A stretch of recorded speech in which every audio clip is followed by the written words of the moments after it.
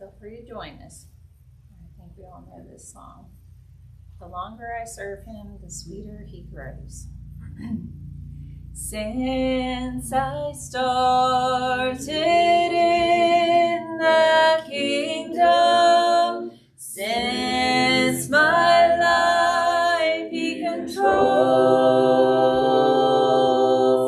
since I gave my life to Jesus, the longer I serve him, the sweeter he grows.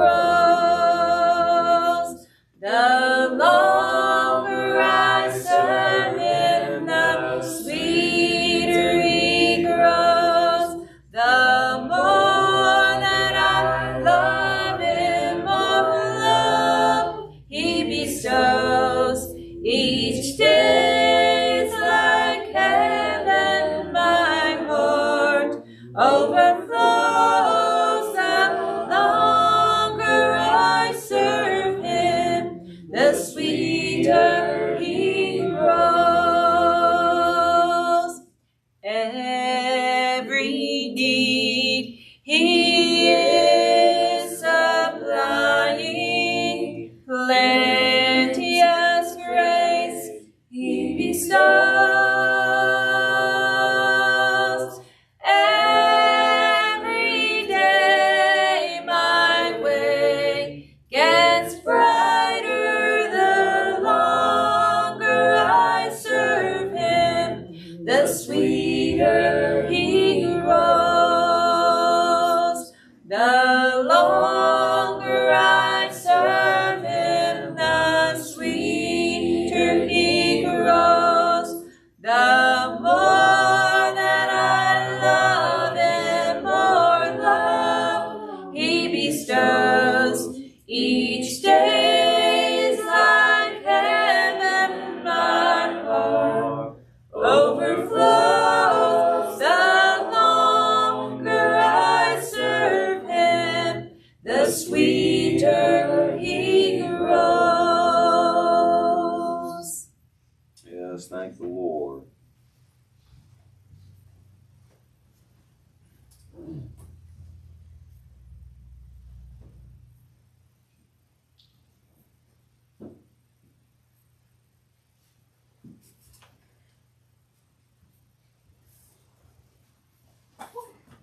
Well, thank the Lord this morning for his goodness and his faithfulness. We desire an interest in your prayers this morning as we look into the Word of God. The message that the Lord had given me is a continuation of the general overriding theme of cultivating, of taking time to care for, to tend, to assist in the growth of, to develop, to nurture.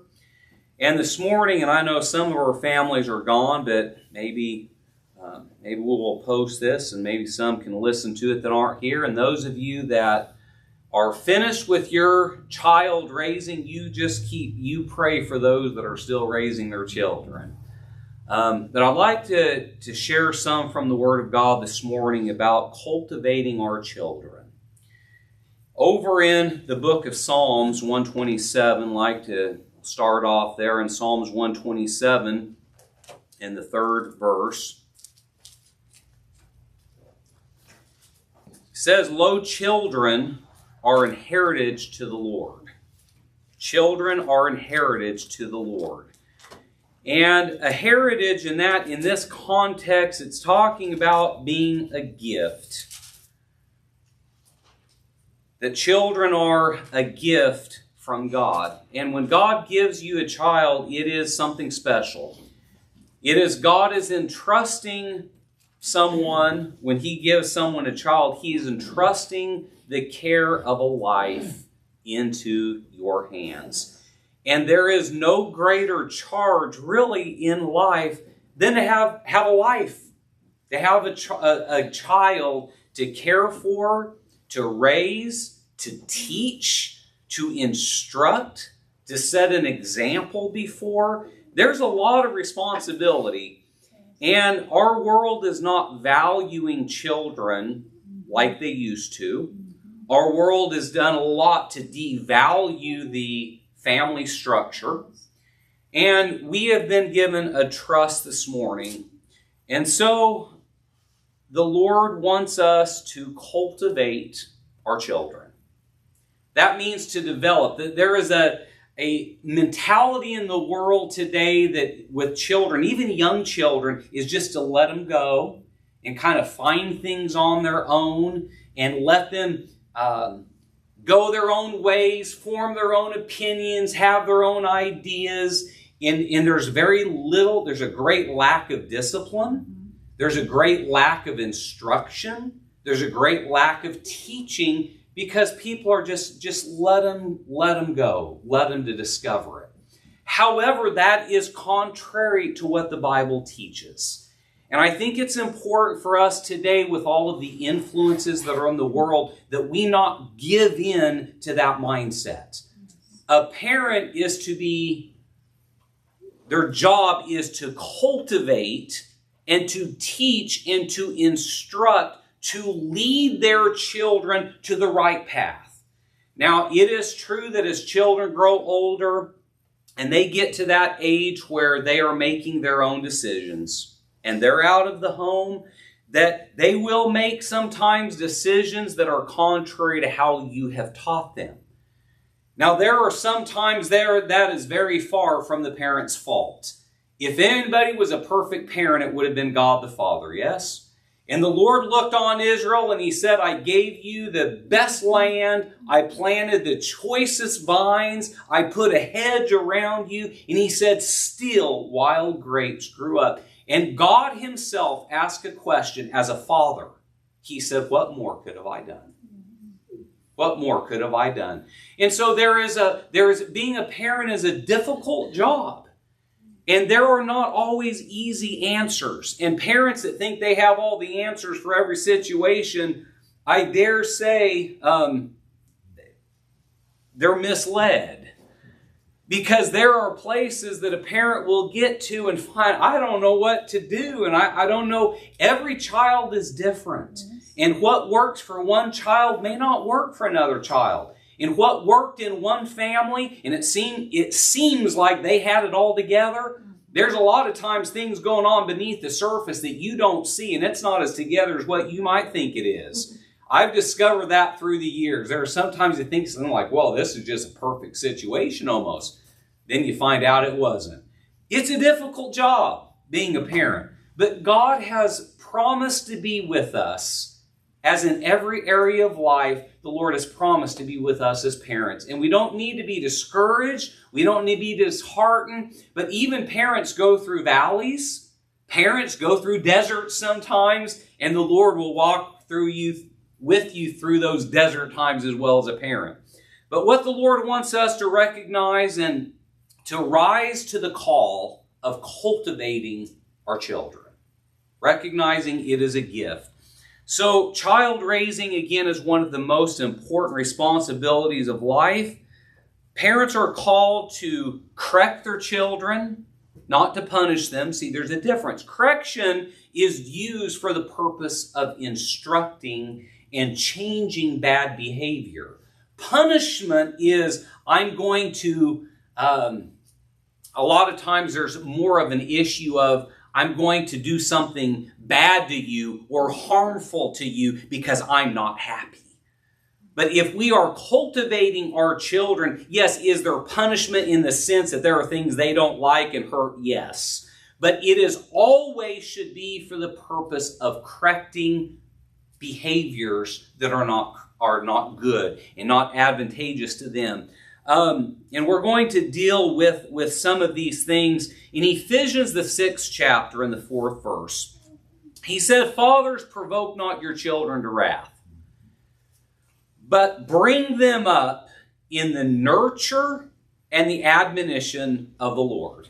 Now, I know the word cultivate is not there, but some synonyms are. He said, bring them up in the nurture and admonition of the Lord. He didn't say let your child go and find their own way.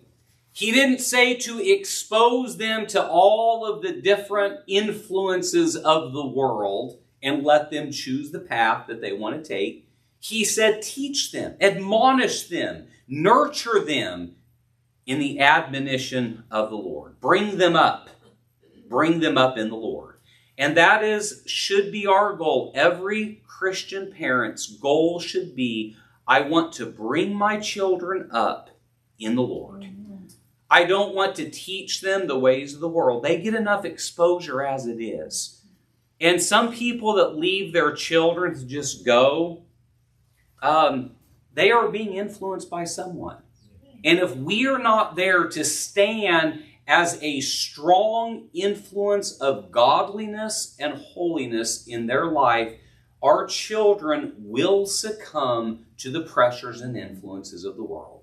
So as parents, we want it to be chief that I want to teach my children and raise them in the fear of the Lord. Teach them to have a respect for God, in the admonition, and nurture. Nurture takes time. It takes time. It takes effort. It takes energy. And it's not always easy. But some of the ways that we nurture our children, and again, this series, it was not the purpose and the burden that I had was not to have Sunday after Sunday of child raising lessons. I don't know that we're going to finish this morning. We'll see how it goes. But the point is, if it can stimulate your hearts and your minds to recognize the trust that I'm here to cultivate my children. Takes time, energy, effort. One of the greatest ways that we can nurture our children and raise them and cultivate good things in their life is to love them. And do you know that love is something that should be expressed and shown every single day? Our children need to hear those words, I love you. They need to hear the words. And I know there are some, I've heard grown-ups say, I never heard my dad tell me he loved me. Or I never heard my parents tell me that they were proud of me. One of the ways that we can nurture our children and cultivate a place of security in their life is to let them know beyond a shadow of a doubt that they are loved, and that love is unconditional. It's not conditioned about our children always doing the right thing. Our love is not conditioned upon them always being perfect, because we all know our children aren't always perfect, but neither are we as parents. Love is something that you have my heart. I am here for you. And there are areas and times, again, that when children get out on their own, there are decisions they can make that they know this isn't the way I was taught. My children don't have to ask what dad thinks, not because I told them after they left the home, but because of what I told them when they were in the home. They don't have to ask me, Dad, what do you think about such and such? They know because I taught them when they were down here. And so our children need to be raised, though, on a daily basis, knowing that we love them, we care about them. And when our children do misbehave, when they're in the home and they're young and they misbehave, we need to give them assurance that I still love you. I love you. And our children need to have that positive support, verbally and otherwise, that you are accepted. Do you know one of the reasons, and it's not always, again, older children can make some really bad decisions, and I know parents feel like it's a reflection on them, but that is not always the case. Mm-hmm. Because if the children of Israel were a reflection on God the Father, it would be a sorry state of affairs. But God did His part, and He created everyone with a power of choice and decision. But one of the things that causes a lot of deviant behavior in our society is a lack of acceptance in the home. If my mom or dad don't accept me and make me feel secure, a girl is much more prone to go out and get involved with a young man or an old man and get involved to find someone that I'm accepted.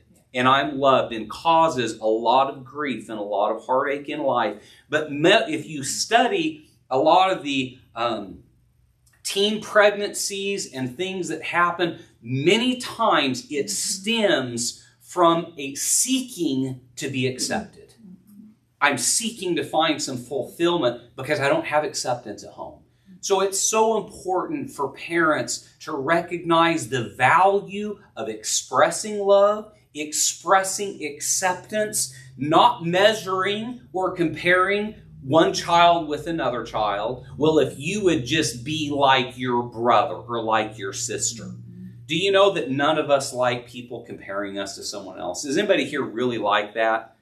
Well, if you could really, Brother Michael, if you could just preach a little more like, well, I'm sorry. I can't preach like they can. That's not who I am or my call. It's the same way with our children. They are so different. They have different personalities. They have different strengths. And they have different weaknesses. And they need to be assured and to know that we value them for who they are. We value them for their uniqueness because they are all special to God and they are special to us as parents, and we need to reinforce that to them starting at a very, very young age.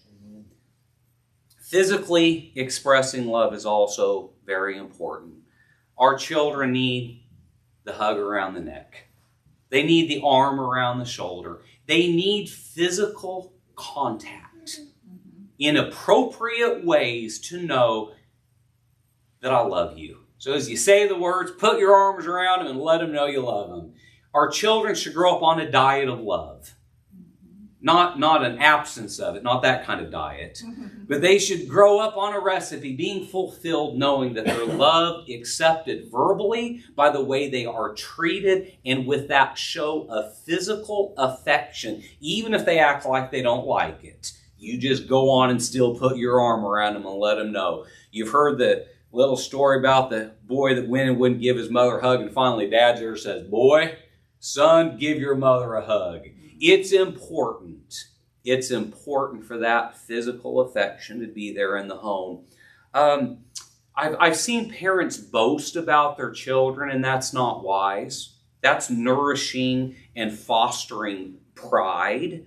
But that is very different than being proud in a good way. I'm proud of you. What that's meaning, that's not talking about in a carnal way or a way that's ungodly, but it's an expression of, I'm pleased with what you've accomplished.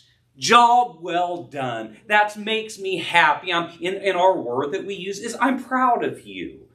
Because you stepped up to the plate. You accomplished a job. You did something. For a child, for a very young child, it may be as simple as picking up their dirty clothes and putting them up. I'm proud of you. For cleaning their room, I'm proud of you. It may be for a teenager when you see them go speak to someone that's kind of by themselves and is looking a little uncomfortable, and you see them go and be a friend to them. I'm proud of you. Thank you for being a friend to the friendless. Thank you for making them feel comfortable when they were uncomfortable. But there are places that, especially with young children and young, I'll just say that 8 to 10, 9, 10, 11, 8 years old can be a very difficult time for parents and children. Because it's like they're not little anymore, but they haven't matured yet. And I remember sitting across from a parent at an all-day meeting. My wife is remembering.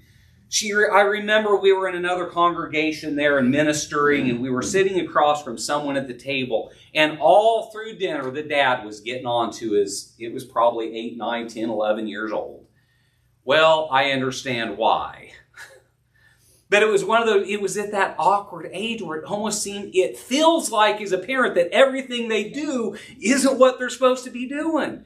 Wipe your mouth with the napkin. Don't chew with your mouth open. You need to be quiet. Adults are talking. You need to, and it almost just felt like every little thing. When it starts feeling like that, it's a good time for a parent to just take a step back for a moment. Don't stop teaching, but take a step And as much as you are trying to correct a negative behavior, find places that you can give positive reinforcement to those things that are good so the child doesn't feel like, I can't do anything right. Because children can start feeling that way. And good parents can sometimes make your children feel that way, and they don't mean it that way. And so I think as parents, we have to stop sometimes and think, you know what? I kind of had to deal with some negative things. We need to make a special effort to put some positive reinforcement and let them know those positive things in life. We're talking about cultivating our children. Giving them praise goes right along with it. Giving them praise for the good things that they do. Looking for that without comparison.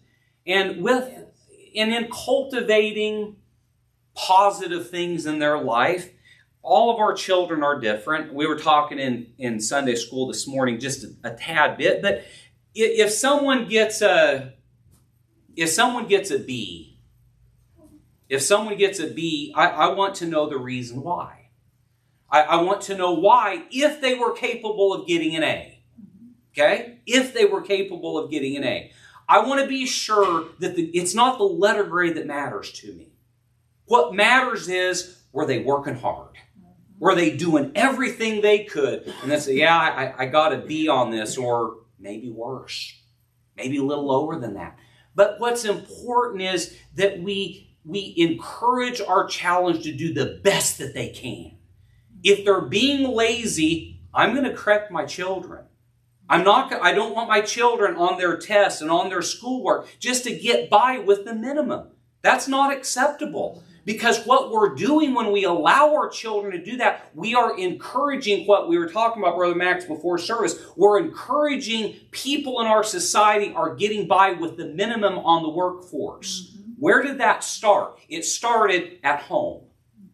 When they were told to clean their room and they picked up one thing and they still had a pile of dirty clothes. That was enforced by their parents when they let it stay that way. That was enforced. It's okay, I told you to clean your room, you picked up half of it. What about the other half? So we want to encourage and challenge our children to be the best that they can be. And if the best is a C, I'm proud of you. If the best is a C and you worked hard and you studied and you've applied yourself, then I want to know if there's something we can assist in. But I don't want them to feel bad because they didn't get an A. But if they were slothful, we've got something to discuss. Because so what are we nourishing even in school? And I know a lot of the saints, not all of them, but I know that many in the church homeschool.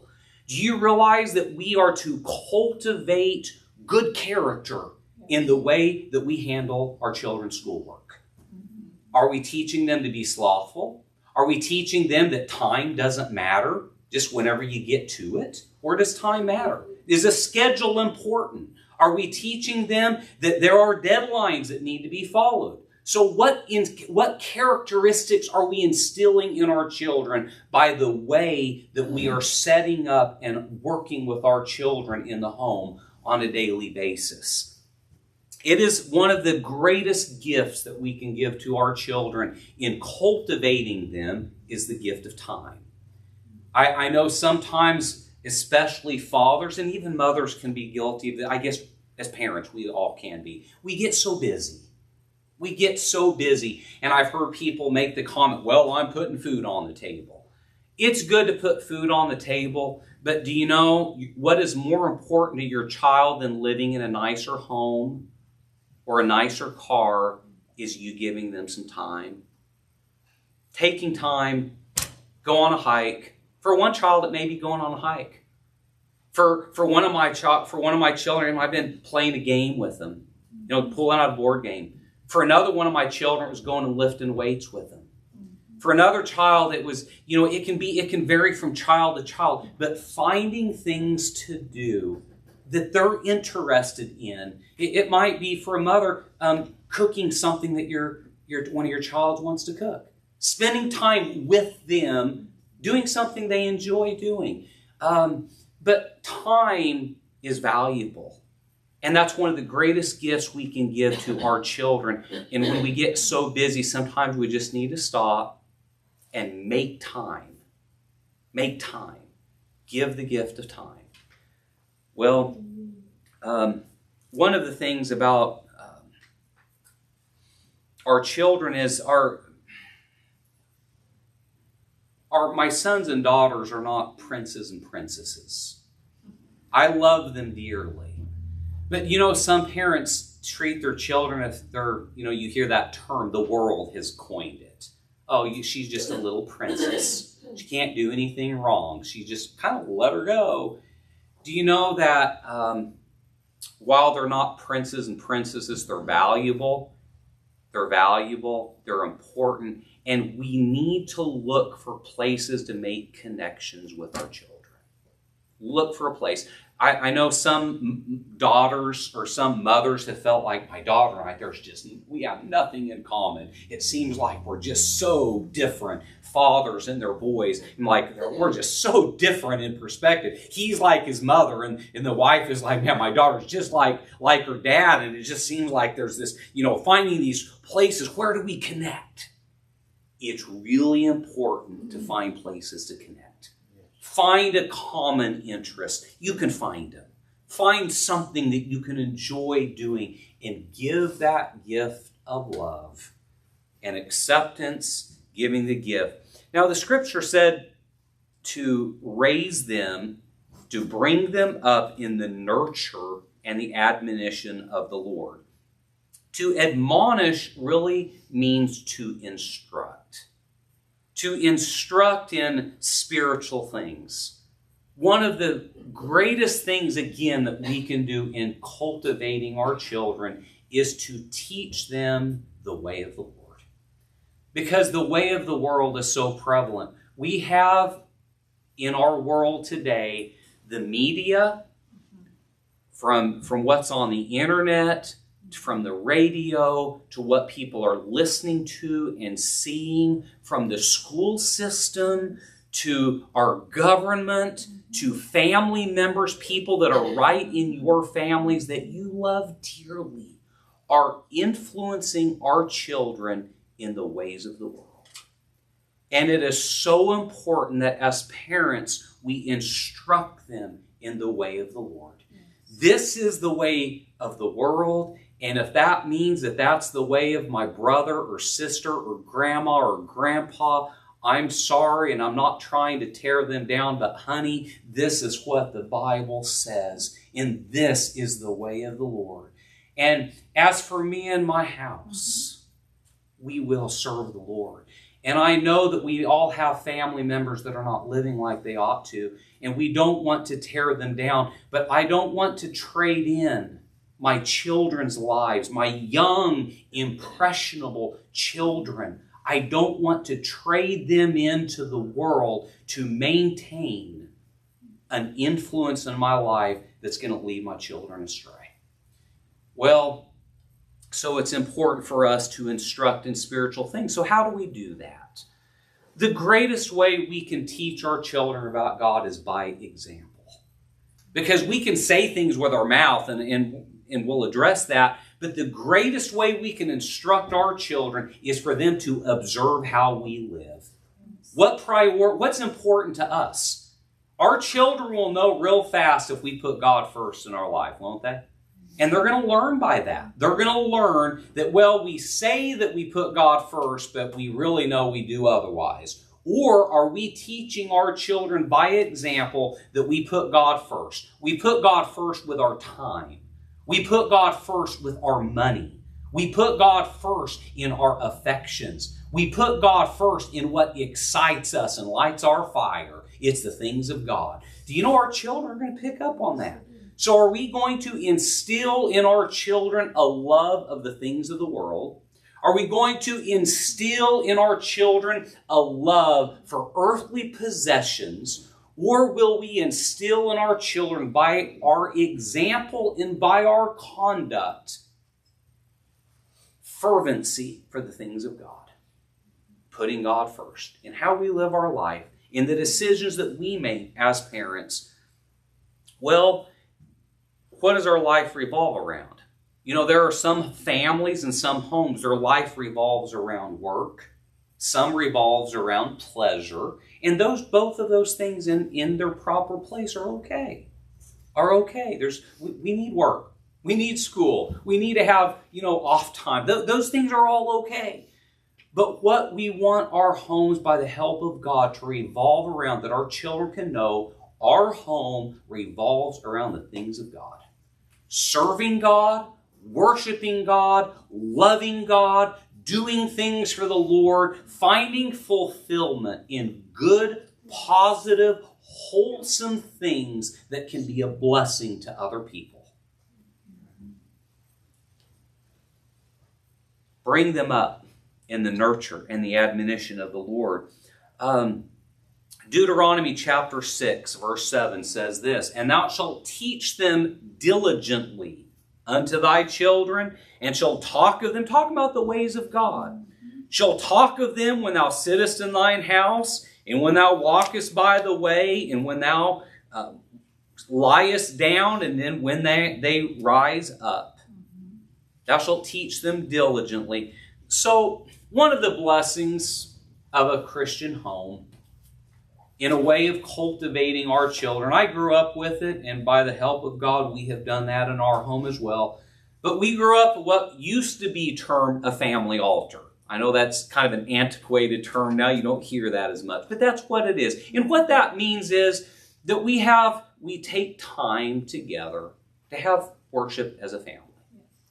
So, in the morning, we found, especially, now this is with young children, as they get older, they can learn to teach them to have worship and devotions on their own. But that's not a substitute for coming together as a family.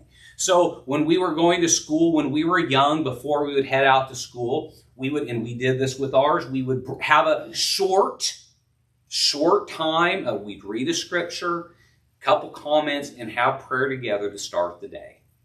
And then the evening was our time, after dinner and before time to go to bed, to come together and have family worship together. Read Bible stories, read some good Christian, wholesome books of instruction, read the Bible. And it wasn't a time that we preached at our children, or that as a child, when my mom and dad, they didn't preach at us, but we talked about life. You all might be amazed at some of the things in our home that we've talked about during family worship. But I'll tell you, we've covered about almost most subjects that you can think about. Where did we talk about it? Family worship. Think, is that spiritual? Yes, because it affected their life. And that's when you talk about challenges you face. Talk about the influences of the world. Talk about the real temptations that we have. Talk about relationships. Talk about marriage. When do you talk about marriage? When they're engaged? It's too late. Talk about it when they're here. You talk about it when they're here. You talk about what it means to be a good husband and a good wife. You talk about how to prepare yourself as a young man or as a young woman, how to prepare yourself and cultivate those virtues in you that you could be a good husband or wife if you are down the road. You talk about acceptance. You talk about how to feel secure. You talk about those things that might make your children feel insecure. Talk about those. Talk about the things that trouble them through the day. Talk about their challenges. Family worship is a wonderful time to do that. The Proverbs are a wonderful place to go to. Just every day-to-day living. How to live life. Responsibility, good character, honesty, integrity. Where do you find it? Proverbs. How to keep yourself pure from the defilement of the world. Those things should be taught in family worship. Valuing purity. Where do you go? Go to the book of Proverbs. So if you don't know where to go, just go and say, well, it's time for worship, and you open up, just turn to Proverbs, and I'll tell you, you don't have to read far before you'll find a verse that you can kind of hang your hat on. Say, let's talk about this. It's a time not just for the parents to talk, time to have the children talk. You know, have them share. Those are valuable, valuable times, and it takes effort to make time every evening for family worship. It takes effort because you have to lay down your other work. You have to lay down your other responsibilities. You have to lay down what you were just wanting to have some quiet time. And you have to say, you know what? I'm cultivating our children. Our children don't stay young very long. They grow up so fast. And I know for young parents, for parents that have young children, it feels like they'll never grow up. I'm so tired of changing diapers. And I'm so tired of feeding them. I'm so tired of waking up. I can about guarantee you there will come a day where you will wish you could change their diaper one more time. I wish they were back there. I wish I could have that. Not, you understand what I'm saying. I had difficulties with that. But anyway, I think you know what I mean. I wish they could be young again because it didn't last long. I wish I could have them down here again, that I could spend a little bit more time in things when they got into adulthood and I kind of saw some things they were struggling with. I wish I had them down here again, that I could kind of have that opportunity to talk and get away with it. That you don't have that opportunity when they get older. And that's just, I think, probably the way for every parent. I imagine every parent wishes that there were areas that they could have made some adjustments. We're not perfect parents. None of us are. We make mistakes. But my prayer has been when I was a young parent, and it still is today, but Lord, we do the best we can, so fill in the gaps for us, Lord. And we're going to make mistakes too, but there are things that we can do. So I want to encourage those with young children. We're about almost out of those years. But if there are areas that when you have your children, value it, value the time, and realize the time that you spend with them cultivating those things in their life, there's no price you can put on that. You can work later. You can have your quiet time later. But now is the time. You've got a few short years to cultivate those things in their life. So it looks like there is going to be a part 2. We'll conclude there this morning. And like I said, if you are out of the child raising times, you pray for those that still have children, especially those that have young children, because teaching them at a young age can save a lot of grief when they get older.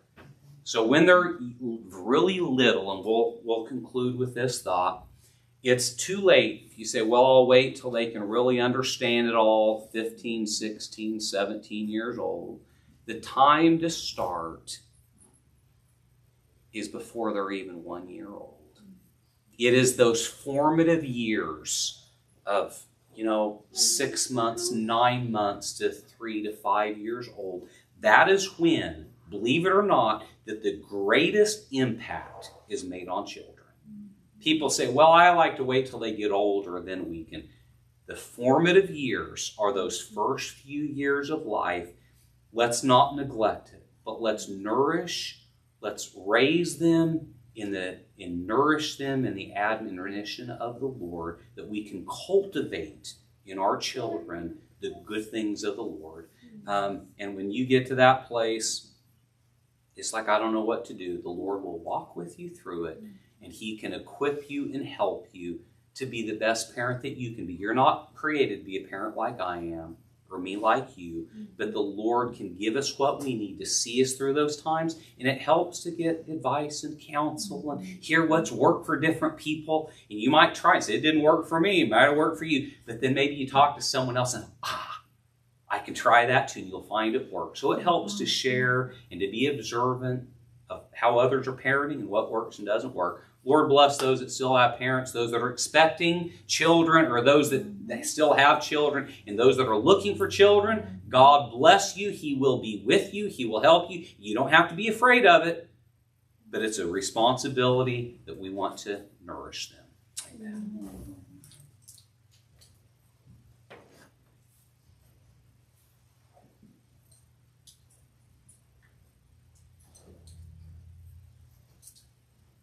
Sing 288.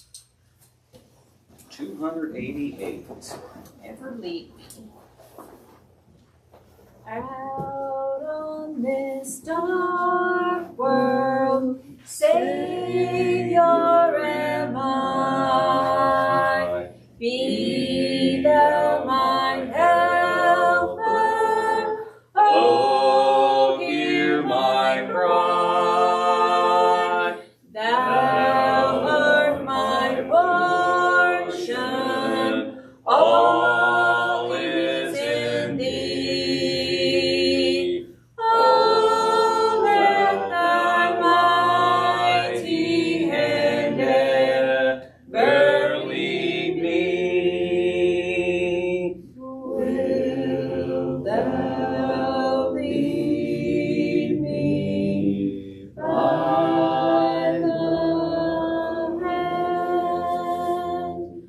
Hope of my heart, Lord, strength of my soul,